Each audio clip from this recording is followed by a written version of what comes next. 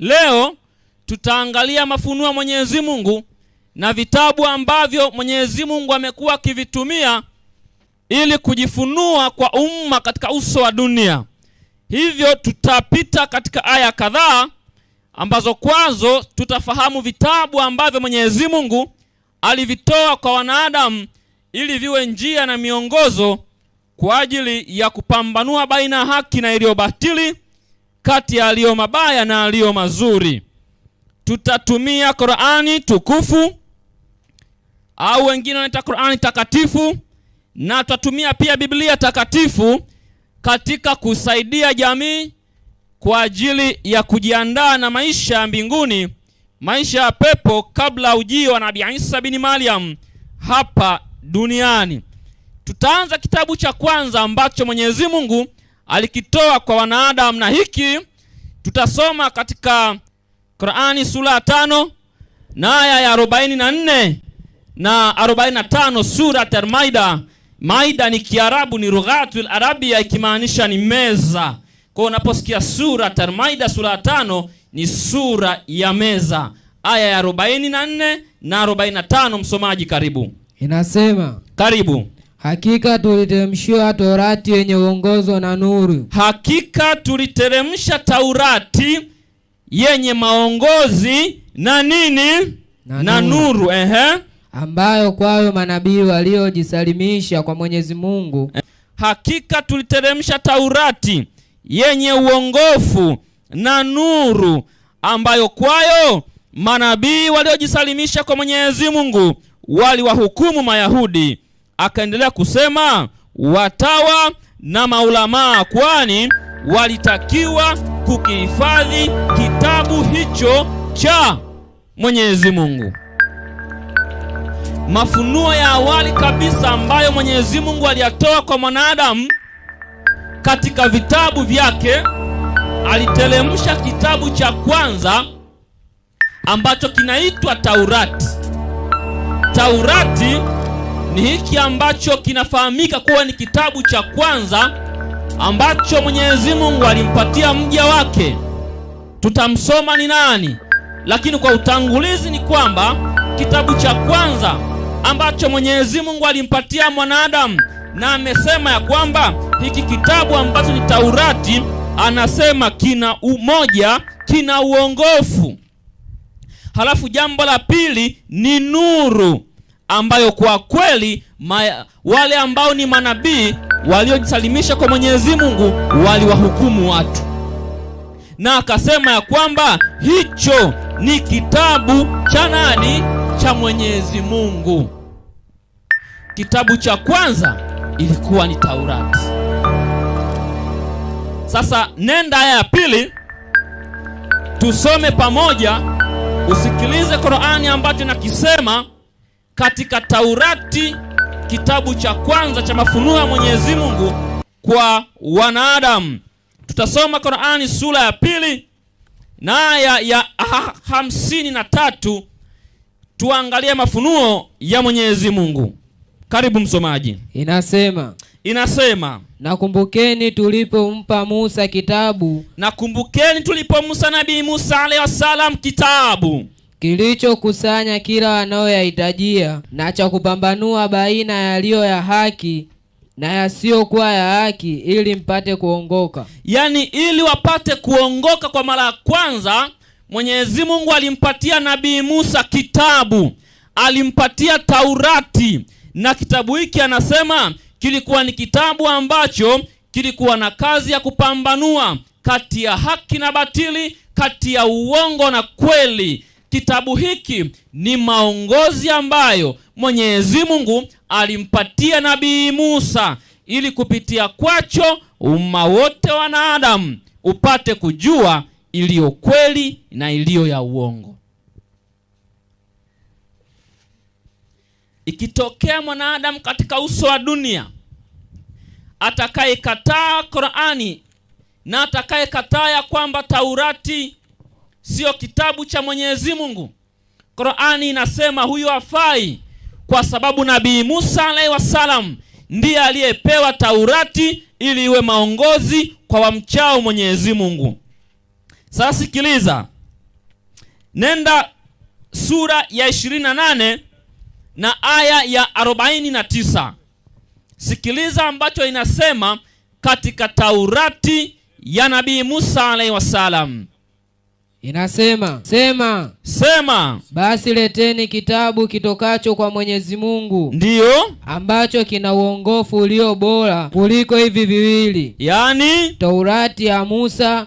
Taurati ya nani? Ya Musa. Waweza kuishia hapo. Taurati ya Nabii Musa ndiyo iliyokuwa ya kwanza ambayo Mwenyezi Mungu alimpatia mwanadamu kuwa ni maongozi kwa ajili ya umma, kupambanua kati ya haki na batili, kupambanua kati ya uongo na ukweli. Na hii Taurati ya Nabii Musa tumejifunza siku ya jana, inapatikana katika Biblia. Maana Taurati ni kitabu cha kwanza ambacho Nabii Musa alipewa kuwaongoza wanadamu.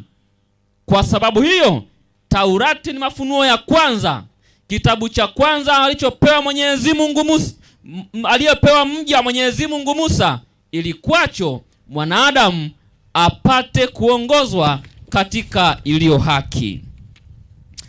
Tunaenda kitabu cha pili. Kitabu cha pili. Taurati ya Nabii Musa alayhi wasallam ilikuwa ni kitabu cha kwanza.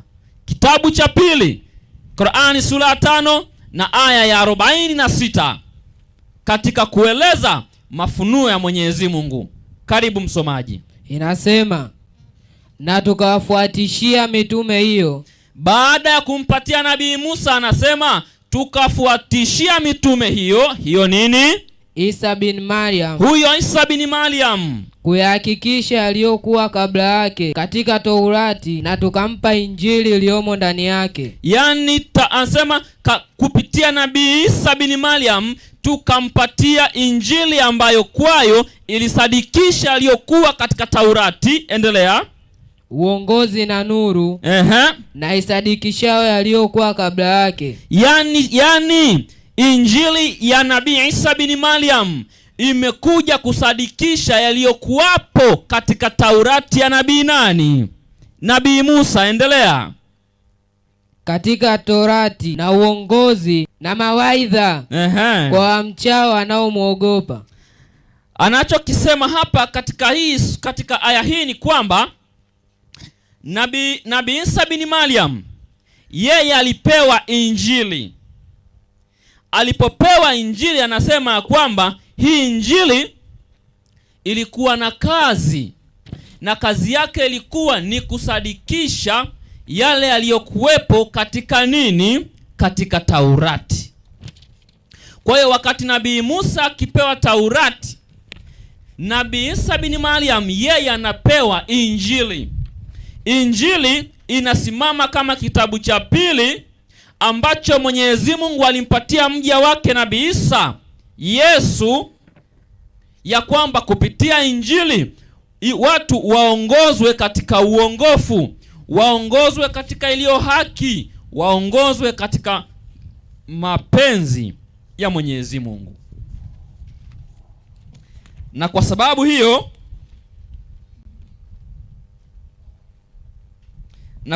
hiyo tuna uhakika na mambo haya mawili, ya kwamba Taurati ilikuwa ni kitabu cha kwanza na Injili ilikuwa ni kitabu cha pili. Hebu nenda Qur'ani sura ya 3 aya ya kwanza hadi aya ya 4.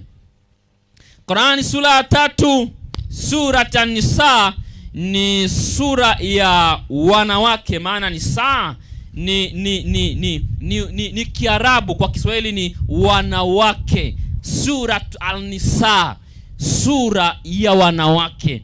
Sura ya 3 aya ya kwanza hadi aya ya 4. Soma hapo. Inasema, karibu. Alif Lam Mim. Alif Lam Mim.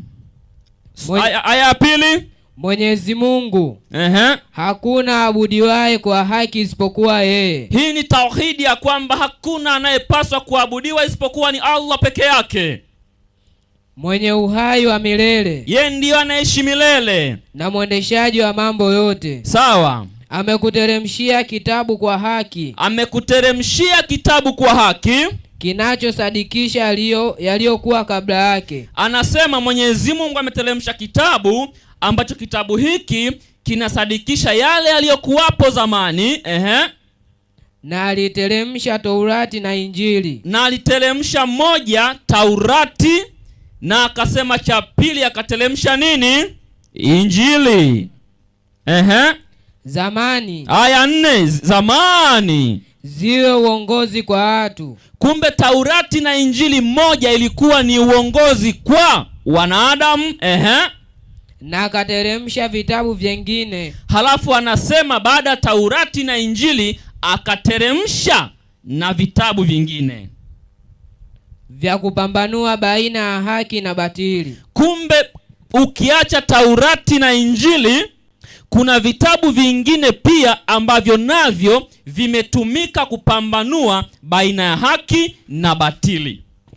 Kumbe vitabu viwili vya kwanza, Taurati na Injili, vilivyoko katika Biblia, Taurati ya Nabii Musa na Injili ya Nabii Yesu Isa bin Maryam, vilitolewa zamani viwe ni uongofu, viwe ni nuru na kuwaongoza watu ili kupambanua kati ya iliyo haki na iliyo batili. Salamu alaikum. Na ndiyo maana kwa ukweli ni kwamba anaikataa Taurati ya Nabii Musa, anaikataa Injili ya Nabii Isa bin Maryam, hao ni wapagani. Maana kwa mujibu wa maelekezo ni kwamba Taurati ya Nabii Musa na Injili ya Nabii Yesu huyu Isa vilitumika kama uongozi kwa mchao Mwenyezi Mungu. Lakini aya 4 amesema kuna vitabu vingine. Sasa twende kwa hivyo vingine ni vipi?